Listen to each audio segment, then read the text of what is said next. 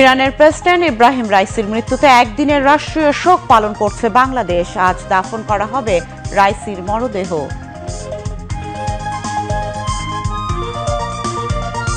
নিহত সংসদ সদস্য আনোয়ারুল আজিম অপকর্মে জড়িত ছিল কিনা তার তদন্তে বেরিয়ে আসবে। আওয়ামী লীগে অপরাধীদের ঠাঁই নেই বললেন ওবায়দুল কাদের। এবং টেক্সাসের হিউস্টনে ৩ ম্যাচে সিরিজের দ্বিতীয় টি-20তে রাতে যুক্তরাষ্ট্রের মুখোমুখি হবে বাংলাদেশ। আসসালামু আলাইকুম, আমন্ত্রণ দুপুর ২টার সংবাদের সাথে আছি আমি সাদিয়া আফরিন। এতক্ষণ সংবাদে শিরোনাম শুনছিলেন, এবারে বিস্তারিত সংবাদ।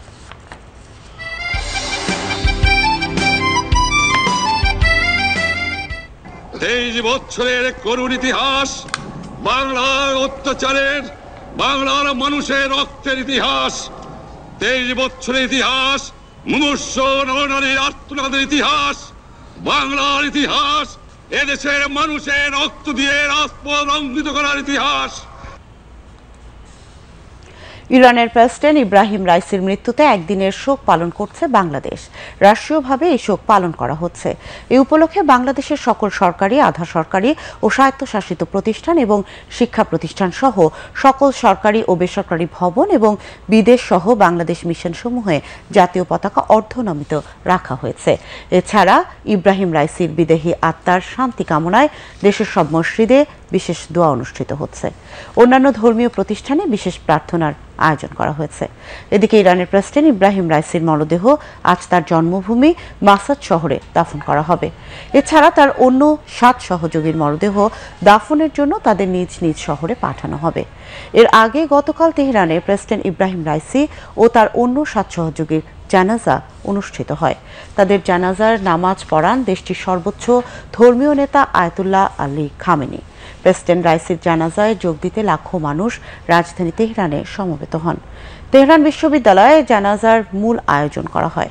তেহরান বিশ্ববিদ্যালয়ে জানাজার আনুষ্ঠানিকতা শেষে প্রেসিডেন্ট ইব্রাহিম রাইসির মরদেহ স্থানীয় ফ্রিডম স্কোয়ারে নিয়ে যাওয়া হয়।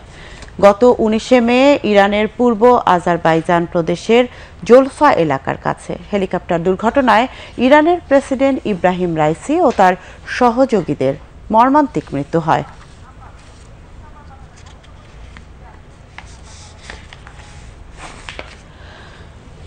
নোয়াখালী জেনারেল হাসপাতালে অত্যাধুনিক কিডনি ডায়ালিসিস ইউনিটে নামমাত্র মূল্যে সর্বাধুনিক ডায়ালিসিস সেবা পাচ্ছে রোগীরা।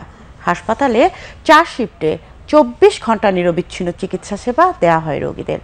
অত্যন্ত কম মূল্যে এ ব্যয়বহুল চিকিৎসা সেবা পেয়ে খুশি রোগী ও তাদের স্বজনরা। নোয়াখালী জেলা প্রতিনিধি আসাদুজ্জামান চৌধুরী কাজলের তথ্যচিত্রে তৃপ্তি তিওয়ারির ডেস্ক রিপোর্ট। কিডনি রোগীদের উন্নত চিকিৎসা সেবা দিতে 2018 সালে 10টি মেশিন নিয়ে আব্দুল মালেক উকিল মেডিকেল কলেজের নেফ্রোলজি বিভাগের বিভাগীয় প্রধান ডক্টর ফজলে এলাহি খানের তত্ত্বাবধানে নোয়াখালী জেনারেল হাসপাতালের একটি কর্নারে গড়ে তুলে কিডনি ডায়ালাইসিস ইউনিট। বর্তমানে সেটা 20 বেডে উন্নীত করা হয়েছে। এ ইউনিটে রয়েছে 25টি ডায়ালাইসিস মেশিন, নিজস্ব ল্যাব ও পানি বিশুদ্ধকরণ প্লান্ট সহ সর্বাধুনিক সুবিধা। প্রতিটি ডায়ালাইসিস বেড ও ইনডোর বেডের সাথে রয়েছে central oxygen supply, patient monitor ও পালস অক্সিমিটার।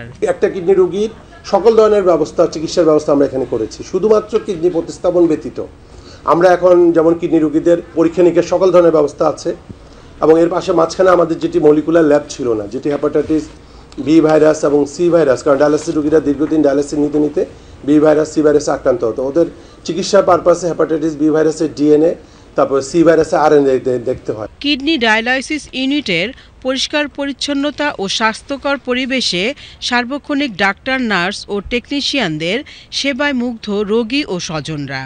প্রতিদিন এখানে 4 শিফটে দেয়া হয় ডায়ালাইসিস সেবা। স্টাফের তুলনায় এখানে রোগীর সংখ্যা অনেক বেশি। এখানে আমরা 4 শিফট আমরা চালু করি ডায়ালাইসিস, প্লাস আমরা কিডনি ওয়ার্ড আছে। বেসরকারি হাসপাতালে যেখানে প্রতিবার ডায়ালাইসিসে ব্যয় হয় 5,000 টাকার বেশি, আর সরকারি এ হাসপাতালে মাত্র 4 থেকে 500 টাকা নাম মূল্যে এ সেবা পেয়ে খুশি রোগীরা। আমাদের এখানে ট্রিটমেন্টগুলো ভালো, আমাদের এখানে সবকিছু ভালো, সবকিছু সার আছে। তো এখন ফ্রি করাইতেছি, আল্লাহ দিলে, যদি আল্লাহ হয়াত দেয় যতদিন রাখি। এখানে আমরা খুব অল্প খরচে 500 টাকায় ডায়ালিসিস দিতে পারছি। আমার ফুল প্যাকেজ আমি 500 টাকা একবারে করতে পারতেছি, আর প্রাইভেটগুলোতে আমি করাতে গেলে আমার প্রায় 3000 টাকার উপরে খরচ পড়ে যেত। নোয়াখালী জেনারেল হাসপাতালের কিডনি ইউনিটে 24 ঘন্টায় সরকার নির্ধারিত মূল্যে কিডনি প্রতিস্থাপন ব্যতীত সকল ধরনের সর্বাধুনিক চিকিৎসা সেবা ব্যবস্থা রয়েছে। এই ইউনিট থেকে এখন পর্যন্ত 60,000-এরও বেশি রোগীকে ডায়ালাইসিস সেবা দেয়া হয়েছে। তৃপ্তি তেওয়ারি, বাংলাদেশ টেলিভিশন। আওয়ামী লীগের সাধারণ সম্পাদক এবং সড়ক পরিবহন ও সেতুমন্ত্রী ওবায়দুল কাদের বলেছেন, ভারতে নিহত ঝিনাইদহ 4 আসনের সংসদ সদস্য অপকর্মে জড়িত ছিল কিনা তা তদন্তে বেরিয়ে আসবে। আওয়ামী লীগে অপরাধীদের কোনো ঠাঁই নেই। আজ দুপুরে ঢাকা জেলা আওয়ামী লীগের কার্যালয়ে নবগঠিত যুব ও ক্রীড়া উপকমিটির সদস্যদের পরিচিতি সভায় তিনি কথা বলেন। সংসদ সদস্য কলকাতায় মারা গেছে, তাকে হত্যা করা হয়েছে। ইনভেস্টিগেশন কমপ্লিট হওয়ার আগে আমরা তো বলতে পারছি। তবে আওয়ামী লীগের সে কি ছিল সেটা বড় কথা। সে যে এলাকার প্রতিনিধিত্ব করে সে এলাকায় গিয়ে দেখব, তার জন্য শোকার্ত মানুষের, তো তাকে আমরা তৃতীয়বারও নমিনেশন দিয়েছি তার জনপ্রিয়তার জন্য। এখন সে ভেতরে কোনো অপকর্ম করে কিনা এইসব যখনই প্রমাণিত হয়, প্রধানমন্ত্রী কিন্তু 0 টলারেন্স। কোনো অন্যায়কারী অপরাধী দলের লোক হলেও তিনি ছাড় দেবেন, এটা হলো সত্য। কিন্তু এটা তো প্রমাণ হতে। আওয়ামী লীগের সাধারণ সম্পাদক বলেন, জিয়াউর রহমান কাকুতি মিনতি করে বাকশালের সদস্য হয়েছিলেন। 15ই আগস্টে বঙ্গবন্ধু হত্যাকাণ্ডে জড়িত না থাকলে খুনিদের দায় মুক্তি তিনি কেন দিলেন?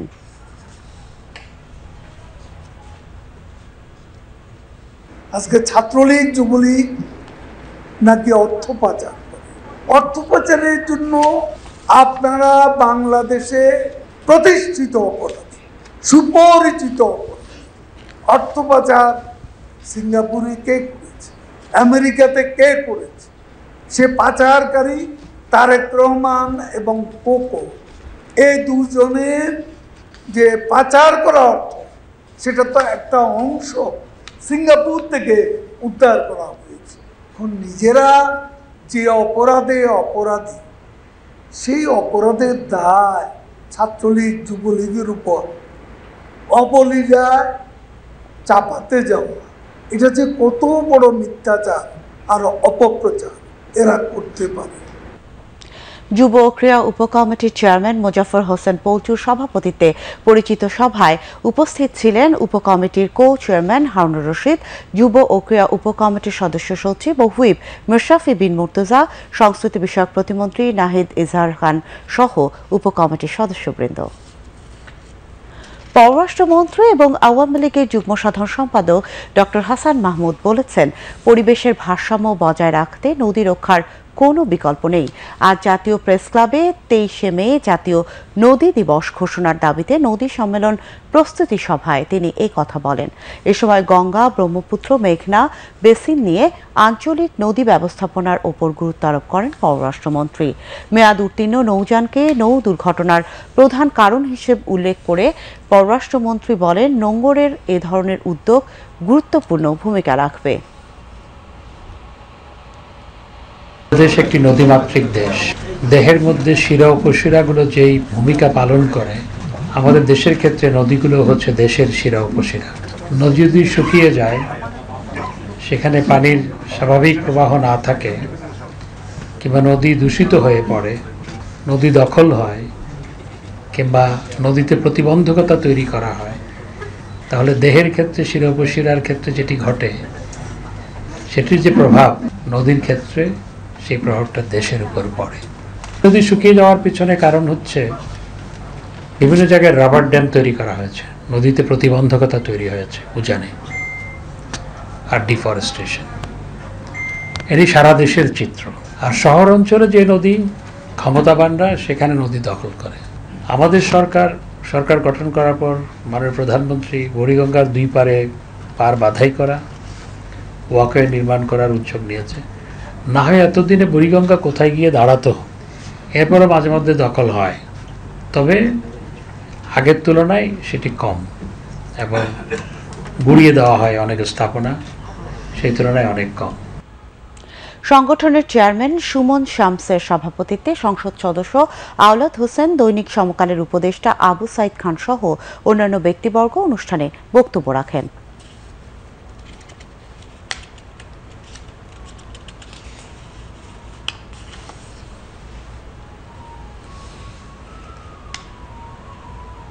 এবারে আন্তর্জাতিক সংবাদ।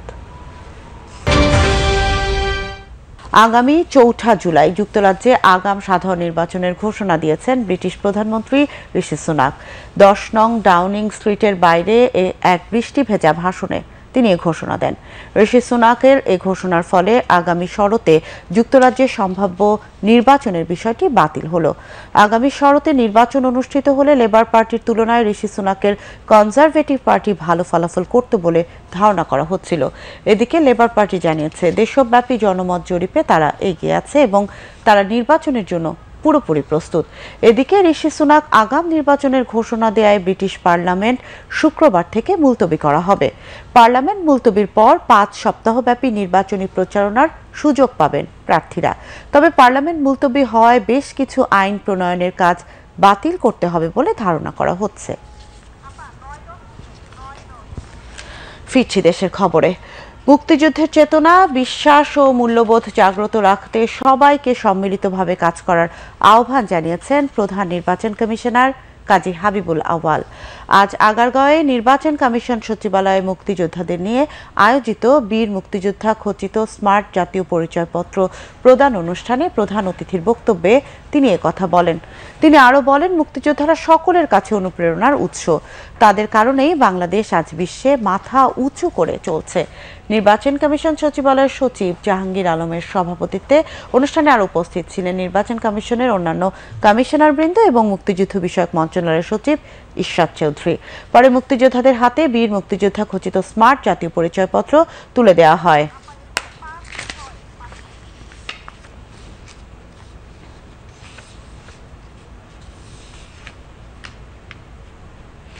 শিল্পমন্ত্রী নুরুল মজিদ মাহমুদ হুমায়ুন বলেছেন, বর্তমান সরকারের যুগোপযোগী পরিকল্পনা ও নীতি এবং কার্যকর পদক্ষেপ গ্রহণের ফলে শিল্প খাতে উল্লেখযোগ্য ও দৃশ্যমান উন্নয়ন সাধিত হয়েছে।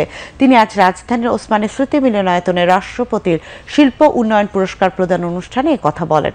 শিল্প মন্ত্রণালয়ের সিনিয়র সচিব জাকিয়া সুলতানার সভাপতিত্বে অনুষ্ঠানে বক্তব্য রাখেন কৃষিমন্ত্রী ডক্টর মোহাম্মদ আব্দুস শহীদ ও এফবিসিসিআইয়ের সভাপতি মাহবুবুল আলম। শিল্পমন্ত্রী বলেন, সরকার শিল্প খাতের উন্নয়নে বহুমুখী পদক্ষেপ গ্রহণ করেছে। তিনি আশাবাদ ব্যক্ত করে আরও বলেন, শিল্প খাতে উন্নয়নের চলমান অভিযাত্রা অব্যাহত থাকলে বাংলাদেশ নির্ধারিত সময়ের আগেই শিল্প সমৃদ্ধ রাষ্ট্রে পরিণত হবে। এর আগে জাতীয় অর্থনীতিতে শিল্প খাতে গুরুত্বপূর্ণ অবদানের স্বীকৃতি হিসেবে 6 ক্যাটাগরিতে দেশের 20টি শিল্প প্রতিষ্ঠানকে রাষ্ট্রপতির শিল্প উন্নয়ন পুরস্কার 2021 প্রদান করা হয়।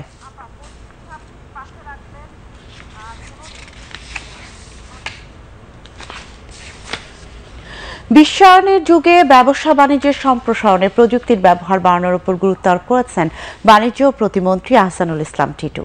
তিনি আজ রাজধানীর একটি হোটেলে যৌথ মূলধন কোম্পানি ও ফার্ম সমূহের পরিদপ্তর আয়োজিত stake holder consultation workshop on smart RJSC system শীর্ষক কর্মশালায় এই গুরুত্ব আরোপ করেন।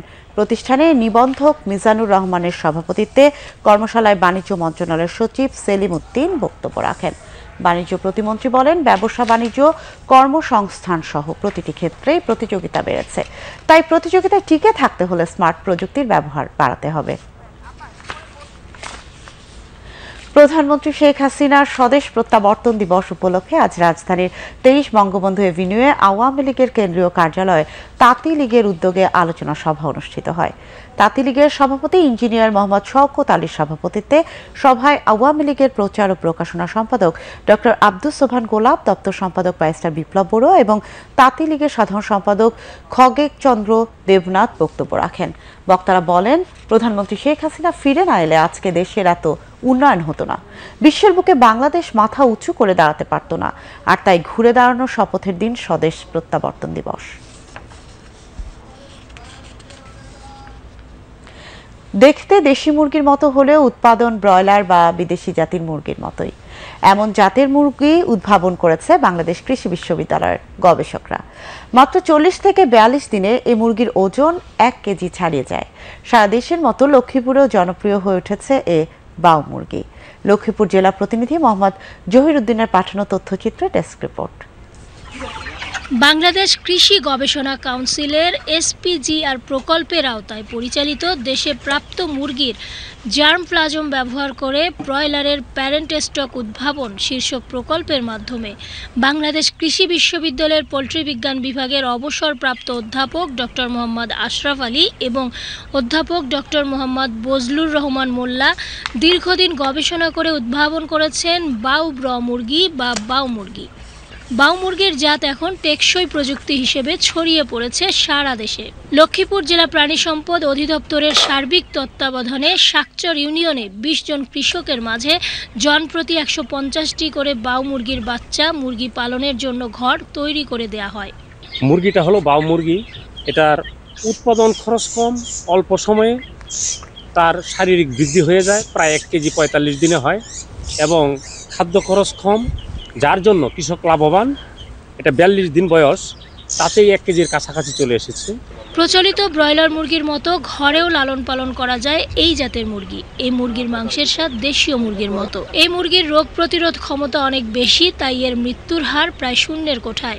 মাত্র 40 থেকে 42 দিনে মুরগির ওজন প্রায় 1 কেজি ছাড়িয়ে যাওয়ায় লাভের আশায় বাউ মুরগি খামারিরা। আলহামদুলিল্লাহ, মুরগিগুলা আমি লালন পালন করতেছি। এটা 40 দিনে 1 কেজি হয়ে গেছে। এটা রোগবালাই কম, এটা মার্কেটের চাহিদা ভালো। এই মুরগিগুলা অন্যান্য মুরগির চেয়ে তুলনামূলকভাবে খরচ কম এবং রোগবালাই কম আসে। কারণ আমার সংসারই উন্নত, ওইটার জন্য আমাকে ব্যবসা বাণিজ্য বেতন দিছে। মুরগির জন্য ঘর করতে আমাকে সহযোগিতা করছে। জেলা প্রাণী সম্পদ অধিদপ্তর, পিকেএসএফ ও কোডেক এই 3 সংস্থার সমন্বিত কার্যক্রম চলমান এবং এর পরিধি বিস্তার ঘটলে দেশে প্রাণীজ আমিষের উৎপাদন বৃদ্ধিতে উদাহরণ হতে পারে বাউ মুরগি, মন্তব্য সংশ্লিষ্টদের। সীমা শারমিন, বাংলাদেশ টেলিভিশন। এবারে খেলার খবর। টেক্সাসের হিউস্টনে 3 ম্যাচ সিরিজের দ্বিতীয় টি-20তে আজ রাতে যুক্তরাষ্ট্রের মুখোমুখি হবে বাংলাদেশ। পেরিভিউ ক্রিকেট কমপ্লেক্সে ম্যাচটি শুরু হবে বাংলাদেশ সময় রাত 9টায়। এর আগে প্রথম ম্যাচে যুক্তরাষ্ট্রের কাছে 5 উইকেটে হেরে যায় বাংলাদেশ। আইসিসি টি-20 বিশ্বকাপের প্রস্তুতি হিসেবে আয়োজিত হয়েছে এই সিরিজটি। দর্শক, দুপুরের সংবাদ শেষ করব, তবে তার আগে শিরোনামগুলো জানিয়ে দিচ্ছি আরেকবার। ইরানের প্রেসিডেন্ট ইব্রাহিম রাইসির মৃত্যুতে একদিনের রাষ্ট্রীয় শোক পালন করছে বাংলাদেশ। আজ দাফন করা হবে রাইসির মরদেহ।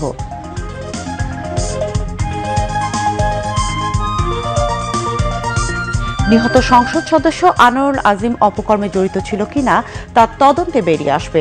আওয়ামী লীগে অপরাধীদের ঠাঁই নেই বললেন ওবায়দুল কাদের। এবং টেক্সাসের হিউস্টনে 3 ম্যাচ সিরিজের দ্বিতীয় টি-20তে রাতে যুক্তরাষ্ট্রের মুখোমুখি হবে বাংলাদেশ। দুপুরের সংবাদ এখানেই শেষ করছি। এতক্ষণ আমাদের সাথে থাকার জন্য ধন্যবাদ। খোদা হাফেজ।